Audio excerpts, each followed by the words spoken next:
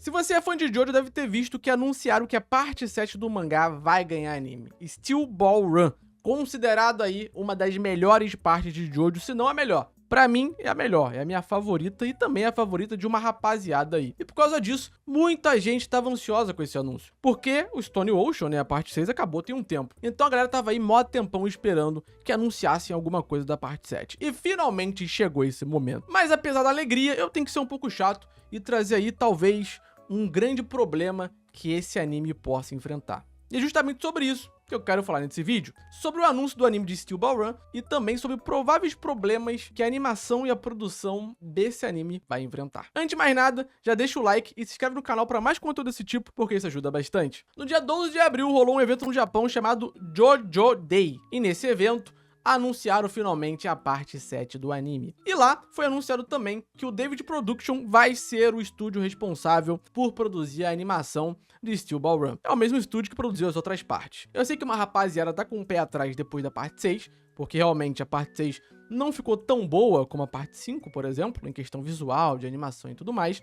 Só que a parte 6, o problema dela é outro, né? O problema dela é algo bem específico, que eu vou comentar mais pra frente nesse vídeo, porque pode ser o mesmo problema que essa parte 7 enfrente também. O David Production, ele tem experiência com Jojo, tá aí há anos fazendo Jojo, então eu realmente acho que é até positivo continuar com o mesmo estúdio. Eu sei que o David Production tá fazendo todos os animes, só que isso não vai impactar tanto.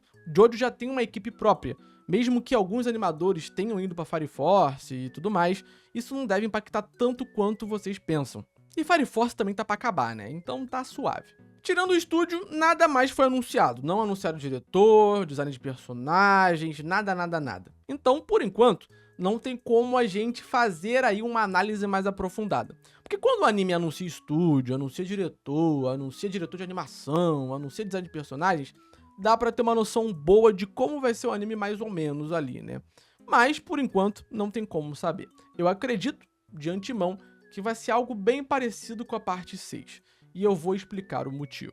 Mas antes, é importante a gente ter um contexto da parte 7 de Jojo, porque entender a história é interessante para poder entender os problemas. A parte 7 de Jojo é basicamente um recomeço para a franquia, e nessa parte a gente vê o Johnny Joestar. Sim, ele tem o mesmo nome do protagonista da parte 1. Vocês vão entender quando assistir, pra quem não leu o mangá. Que é um ex-jockey que ficou paraplégico, então ele teve que parar de andar a cavalo. E aí ele conhece o Jairo Zapelli, sim, eu sei, mesmo nome e tal. E aí ele vira um bro. E aí o Jairo meio que ensina um bagulho maneiro pra ele, que é tipo o Ramon dessa parte. E a partir disso ele pode voltar a andar a cavalo e tudo mais. Essa parte 7 de Jojo, ela basicamente tem como background uma corrida de cavalo. Por isso que o protagonista é um jockey, né, que anda a cavalo e tudo mais. A história ela se passa em 1890 nos Estados Unidos. E basicamente vai rolar uma corrida, onde eles têm que atravessar de um ponto ao outro dos Estados Unidos. E quem vencer vai levar 50 milhões de dólares pra casa. E naquela época, 50 milhões de dólares é muita coisa. Então realmente é muita grana. Então, basicamente, todo o background da história se passa numa corrida de cavalo, do início ao fim. Então, é muito personagem, é muito cavalo, é muita luta doida, é muito stand diferente. Então, tudo isso, somando aí a outras coisas, podem ser problemas. Que nem eu falei, o David Production tá há tempos fazendo Jojo. Eles estão acostumados com a maioria dessas coisas. Só que um cavalo, eles não estão, né? E esse é um dos grandes problemas que o anime pode enfrentar, cavalo. Rapaziada, pode parecer engraçado, mas animar cavalo é um inferno. Você ter que animar de maneira correta os movimentos, dar fluidez para esses movimentos, a anatomia do cavalo, a galopada de um cavalo é muito complicado de animar, rapaziada. Não é um bagulho simples, não. Se é difícil animar um ser humano que tem 2 patas, imagina um animal que tem 4, ainda mais um cavalo que ele galopa. Então é realmente complicado animar cavalo e pode ser um pé no saco para produção. Eu imagino que a solução para isso seja com que os cavalos fiquem em 3D em grande parte do anime. Sim, vão ter momentos onde os cavalos vão estar em 2D. Vão ter momentos ali da corrida onde vai estar tudo normal. Mas eu acredito que em grande parte da corrida esses cavalos vão estar em 3D. E eu não ficaria surpreso se alguns personagens ficassem também em 3D em algumas partes da corrida, tá? Então eu sei que muita gente já torce o nariz quando o assunto é 3D, porque realmente alguns estúdios não têm um investimento alto nessa tecnologia, então acaba lançando um monte de merda, mas o David Production já usou CGI em Jojo, tá? E nesse caso é algo necessário, porque imagina só, cara, os animadores ter que animar os personagens que já vão ter um design complexo, e eu sei, teve mudança nos designs e tudo mais, já vou comentar sobre isso. Tem que animar os stands, que também são complexos, e também animar cavalo, mano.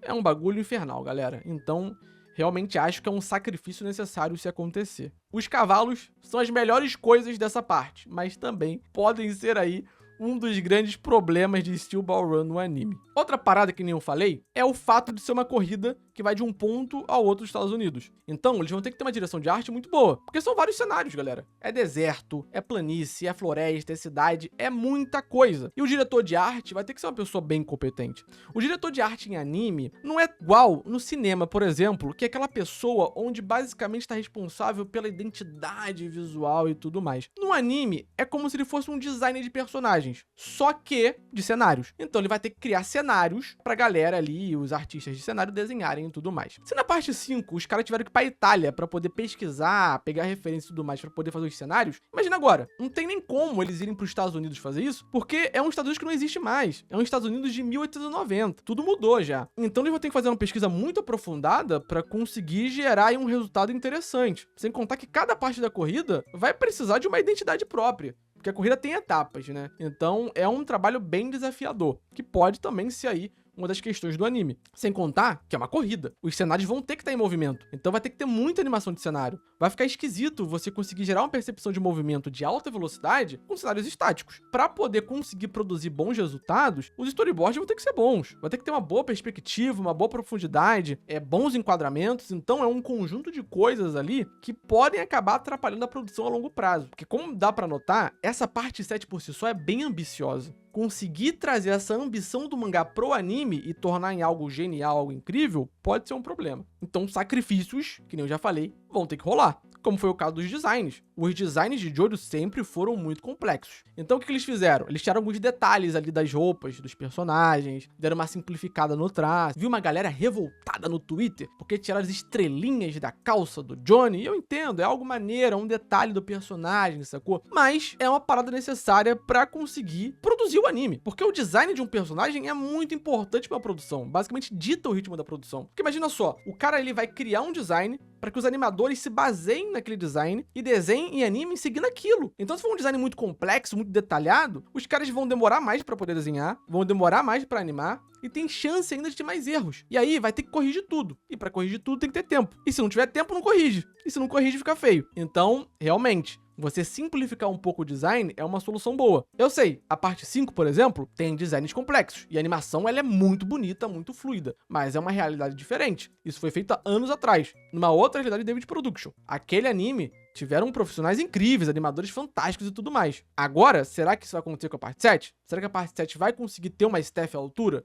Vai conseguir ter bons animadores? Vai conseguir ter tempo para conseguir entregar um bom resultado? Não dá pra saber. Aí a gente já trabalhando no campo das ideias. Por isso que comparar produções é um pouco injusto, mesmo que seja tudo da mesma franquia. Então, eu entendo eles tirarem detalhes ali do Johnny, do Jairo e tudo mais. Tu pode até comentar isso, se você curtiu ou não, se você acha isso nada a ver, se você acha que isso é um problema, porque isso é uma parada que acaba facilitando. Eu tenho certeza que você deve ter visto algum anime aí, onde os designs são mais simples e a animação é do caralho. Como é o caso aí de Mob Psycho. Os designs são bem simples e a animação é wow. Ou animes aí onde o design ele é de boa e em momentos de animação mais fluida o design simplifica. Porque é algum animador que além de estar colocando o estilo dele, ele simplifica propositalmente, ele mexe nos designs para conseguir gerar fluidez. Isso faz parte dos princípios de animação, é algo comum, sei que muita gente não gosta, mas é algo necessário em muitos casos, porque isso ajuda na produção e a gente sabe que produzir anime é uma parada infernal. Falando em inferno, precisamos falar da senhora Netflix. Tá rolando um boato que a Netflix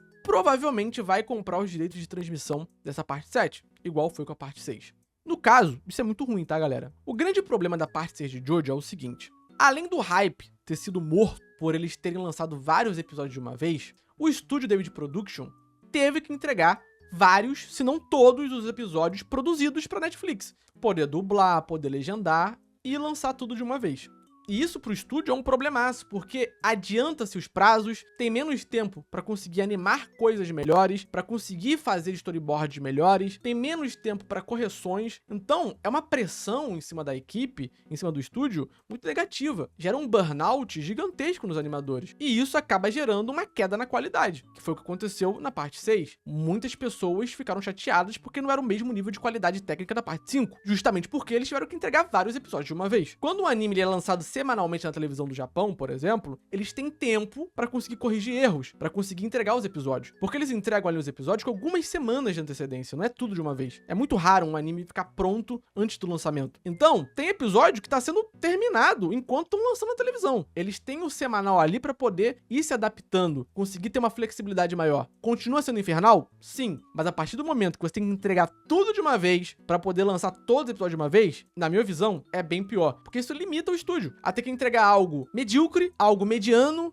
algo ok, ao invés de algo incrível, como poderia ser. Então, na minha visão, se o anime for distribuído pela Netflix, é uma derrota gigantesca. Claro, isso faz com que o anime chegue em muito mais gente por ser Netflix?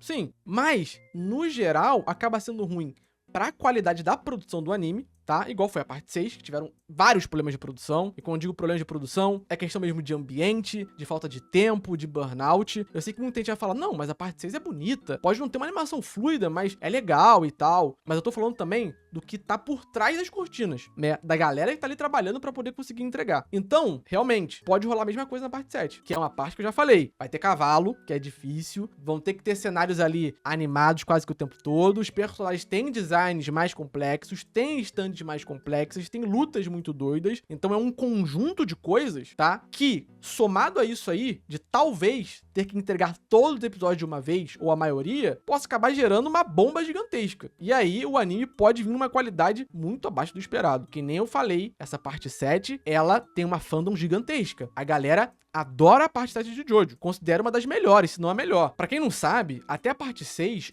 Jojo era lançado na Shonen Jump, era um mangá shonen. A partir da parte 7 virou seinen. Então a galera, ela paga um pau pra essa parte porque é um Jojo mais profundo, mais complexo, mais sensível, com temas mais polêmicos. É uma experiência diferente das outras partes, que são para um público infanto-juvenil, enquanto essa aqui é para o público mais adulto. Então a galera acaba gostando mais da parte 7 por isso. Por causa da temática, por causa de tudo que é trabalhado aqui. Então, se vier um negócio ruim, a galera vai chiar, a galera vai ficar brava. Então, a gente tem que torcer para que a Netflix não meta o bedelho. Mas eu acho que vai acontecer isso sim, tá? Eu acho que, infelizmente, a Netflix vai acabar distribuindo essa parte 7 de Jojo. E isso pode acabar prejudicando ainda mais a qualidade da produção, né? Sem considerar as coisas, né? Que eu já falei, de cavalo, de design, de stand. Então, resta a gente torcer para que fique tudo bem no final das contas, né? Eu sei que teve um teaser já lançado, onde mostra os personagens em 2D, os cavalos em 2D, mas não se apegue muito a isso não, tá? Porque é um teaser pra divulgar o anime, não pra poder mostrar como o anime tá. Então o que tá ali no teaser não necessariamente reflete a realidade do anime. Sim, eu imagino que no anime vão ter momentos onde vai estar tudo em 2D, momentos de clímax, de lutas, momentos importantes. Mas eu realmente acredito que a gente vai ver muito CGI aí mesclado com 2D, o que não é um problema pro David Production. Eu acho que eles conseguem fazer isso muito bem. Mas vai que dá a louca e acaba dando tudo errado. Não dá pra saber. O que a gente tem que torcer é pra que o David Production consiga ter tempo e liberdade pra conseguir produzir um bom anime e que a Netflix não atrapalhe dessa vez. Pelo amor de Deus. Comenta aí o seu nível de hype pra esse novo anime de Jojo. Se você liga ou não pros cavalos em 3D, se é algo que te incomoda. Como é que você acha que vai ser a animação? Pode comentar tudo, que eu vou ler cada comentário e vou responder os mais interessantes. Deixa o like no vídeo, se inscreve no canal, porque isso ajuda pra caramba. E eu vejo você no próximo vídeo.